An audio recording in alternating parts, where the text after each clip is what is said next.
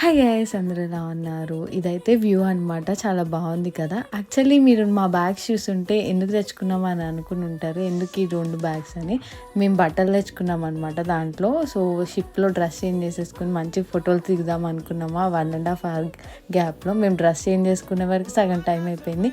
కానీ ఒక్క ఫోటో బాగా రాలేదనమాట, గాలికి వర్షానికి. So it was a flop. First ప్లానే పెద్ద అట్టర్ ఫ్లాప్ అనమాట. సో ఇంకా సరే అని చెప్పేసి బోట్ అయితే వచ్చేసింది మన స్టాప్కి. ఇంకా దిగేసామన్నమాట.